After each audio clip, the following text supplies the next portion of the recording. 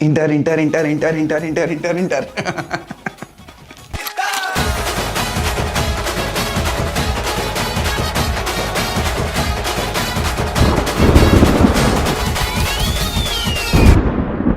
Demand पढ़ चुके हैं, इलास्टिसिटी ऑफ डिमांड पढ़ चुके हैं। जस्ट अभी हमने खत्म करा सप्लाई। तो अब बताओ नेक्स्ट चैप्टर कौन सा होगा? बिल्कुल सही, इलास्टिसिटी ऑफ सप्लाई।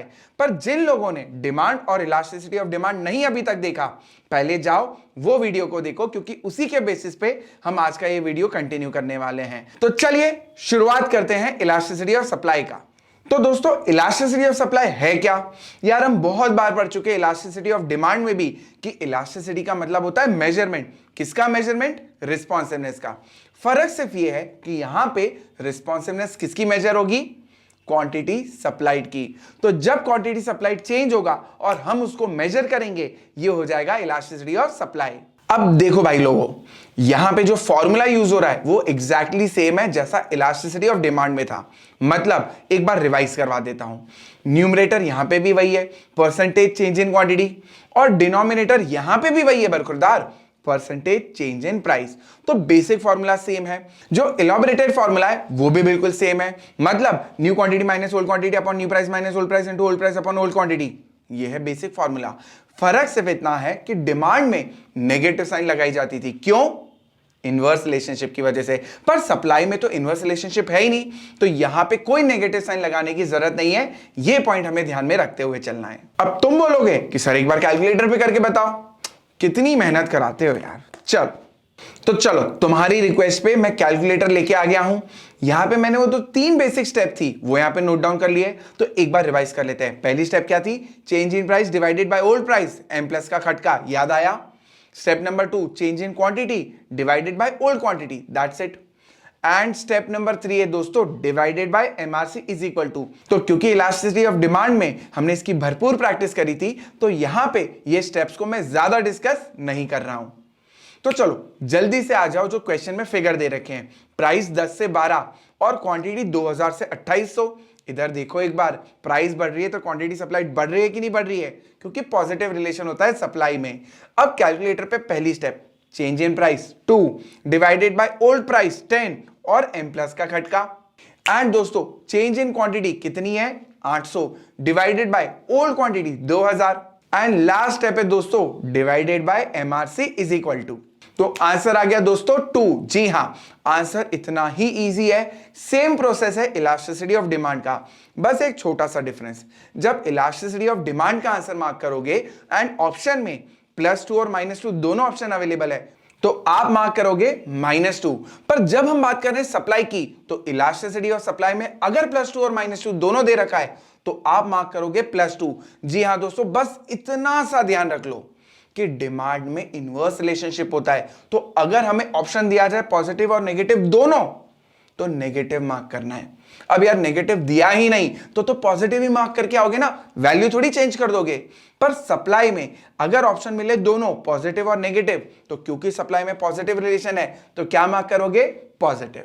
एंड दोस्तों लगे हाथों अपन एक और इलास्टिसिटी की मेथड डिस्कस कर लेते हैं, जो है आर्क इलास्टिसिटी। अब यहां पे मैं ज्यादा टाइम वेस्ट नहीं करूंगा, क्योंकि यहां पे arc elasticity same to same है जैसा इलास्टिसिटी ऑफ डिमांड में था। छोटा सा डिफरेंस क्या करना है कैलकुलेटर पे, स्टेप नंबर 1 में change in price divided by old is gold. Old price की जगह आप आर्क इलास्टिसिटी में डिवाइड करोगे old price plus new price. बिल्कुल हाँ, ध्यान से सुनना। क्या बोला? स्टेप नंबर 1 में change in price divided by old price plus new price और एम प्लस का खटका। स्टेप नंबर 2 में change in quantity divided by old plus new quantity, और फिर वही step number 3 divided by MRC is equal to. बात खत्म। Arc elasticity भी same to same elasticity of demand के जैसा है। इसलिए तो मैंने वीडियो के स्टार्टिंग में बोला कि जिन लोगों ने डिमांड और इलास्टिसिटी ऑफ डिमांड नहीं देखा, पहले जाओ जरा उस वीडियो को देखो। अब दोस्तों सप्लाई का लास्ट टॉपिक आ चुका है।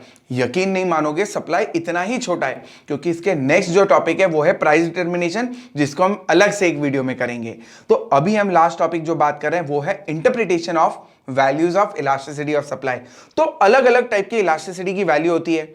More than 1, less than 1, perfectly elastic, perfectly inelastic, unitary elastic. क्या होता है इन सब का मतलब, एक एक करके सबको डिस्कस कर लेते हैं। तो दोस्तों यहां पे जो सबसे पहली टाइप है वो है मोर इलास्टिक या इलास्टिक। मतलब अगली बार अगर तुमको कोई बोले कि सप्लाई इलास्टिक है या बोले सप्लाई मोर इलास्टिक है तो घबराना मत, क्योंकि दोनों का मतलब सेम ही है। तो दोस्तों सबसे पहला जो है वो है इलास्टिक या मोर इलास्टिक। तो कोई भी तुम्हें बोले सप्लाई इलास्टिक है या कोई तुम्हें बोले सप्लाई मोर इलास्टिक है, दोनों का मतलब सेम ही है। एंड डिग्री वाइज अगर हम बात करें तो यहां पे डिग्री है greater than 1 and mathematically degree 1 से ग्रेटर कब आती है? एंड मैथमेटिकली डिग्री 1 से ग्रेटर कब आती है? जब न्यूमरेटर बड़ा हो एंड डिनोमिनेटर छोटा हो। हमारे फॉर्मूले में न्यूमरेटर कौन था? Percentage change in quantity. तो यहां पे percentage change in quantity is greater than percentage change in price. And दोस्तों यहां पे अगर तुम लोग ग्राफ देखोगे तो प्राइस में कम चेंज हुआ है, क्वांटिटी में ज्यादा चेंज हुआ है। तो जब इससे मैं सप्लाई कर्व बनाऊंगा तो ये वाई एक्सिस को कट करेगा। तो any supply curve which cuts the y-axis has elasticity greater than 1. तो any supply curve which cuts the y-axis has elasticity greater than 1. तो दोस्तों जब बात चल रही है इनइलास्टिक की या लेस इलास्टिक की, इसका मतलब डिग्री है less than 1 and mathematically less than 1 value कब आती है? जब आपका न्यूमरेटर छोटा हो और डिनोमिनेटर बड़ा हो। एंड हमारा डिनोमिनेटर कौन है? Percentage change in price. इसका मतलब दोस्तों जब परसेंटेज चेंज इन प्राइस ज्यादा होगा and percentage change in quantity कम होगा तो वैल्यू आएगी लेस देन 1। अब तुम लोग ग्राफ देखो ध्यान से, ग्राफ पे इस बार प्राइस पे ज्यादा बहुत बड़ा चेंज करा है एंड क्वांटिटी में इस बार छोटा चेंज करा। तो जब मुझे ये दोनों पॉइंट्स को मैंने ऐड करा, मर्ज करा और एक सप्लाई कर्व बनाया, तो इस सप्लाई कर्व ने एक्स एक्सिस को कट करा। तो any supply curve which cuts x axis has elasticity less than 1।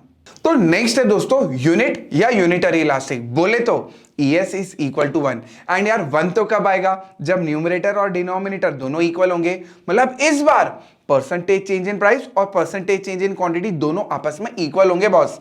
अब ग्राफ देखो, जितना चेंज प्राइस में करा उतना ही चेंज क्वांटिटी में करा। तो यहां पे जो सप्लाई कर्व बना पासिस थ्रू ओरिजिन। तो any supply curve which passes through origin has elasticity equal to 1. Next है दोस्तों perfectly elastic। अब perfectly elastic का मतलब क्या है? मतलब बाद में समझेंगे, पहले डिग्री।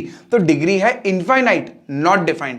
एंड मैथमेटिकली सोचो जरा, इनफाइनाइट वैल्यू कब आती है? करेक्ट, जब डिनोमिनेटर 0 हो। और हमारे फॉर्मूले में डिनोमिनेटर कौन था? Percentage change in price. मतलब हाँ दोस्तों यहां पे प्राइस में कोई भी चेंज नहीं होने वाला है, सिर्फ क्वांटिटी चेंज होगी। तो प्राइस सेम है, क्वांटिटी को बोलो इंक्रीज होना है हो जाएगा, क्वांटिटी को बोलो डिक्रीज होना है हो जाएगा, पर प्राइस चेंज नहीं होगी। यहां पे जो सप्लाई कर्व बनेगा वो होगा हॉरिजॉन्टल। और याद है ना डिमांड में मैंने परफेक्टली इलास्टिक को किसके साथ रिलेट करा था? हस्बैंड की तरह। मतलब फुल्ली एडजस्टेबल। क्वांटिटी को बोलो बढ़ना है तो हस्बैंड की तरह बोलेगा जी हुजूर। अगर आप बोलोगे क्वांटिटी को डिक्रीज होना है तो हस्बैंड की तरह बोलेगा जी हुजूर। तो बेसिकली यहां पे परफेक्टली इलास्टिक को हमेशा चाहे डिमांड हो या सप्लाई किसके साथ रिलेट करना है? हस्बैंड के साथ। तो दोस्तों लास्ट पॉइंट है परफेक्टली इन इलास्टिक और इसका मतलब है कि डिग्री होने वाली है 0। 0 कब होगा? जब परसेंटेज चेंज इन क्वांटिटी है 0। इसका मतलब क्वांटिटी में चेंज नहीं हो रहा है, प्राइस इंक्रीज हो रही है डिक्रीज हो रही है, पर क्वांटिटी है एकदम बीवियों की तरह एडजस्ट नहीं होगी। तो क्वांटिटी ना इंक्रीज होगी, क्वांटिटी ना डिक्रीज होगी, सिर्फ प्राइस में चेंज होगा। तो यहां पे हम इसको बोलेंगे परफेक्टली इनइलास्टिक। और ग्राफ कैसा बनेगा? वर्टिकल। ये जो आखिरी दो थे ना दोस्तों, परफेक्टली इलास्टिक और परफेक्टली इनइलास्टिक, ये डिमांड में भी वैसे ही थे, सप्लाई में भी डिट्टो सेम ही है। इसी के साथ दोस्तों जो सप्लाई का डिस्कशन था वो पूरा खत्म हो चुका है। तो मिलते हैं दोस्तों नेक्स्ट वीडियो में प्राइस डिटरमिनेशन को लेके। तब तक के लिए नमस्ते।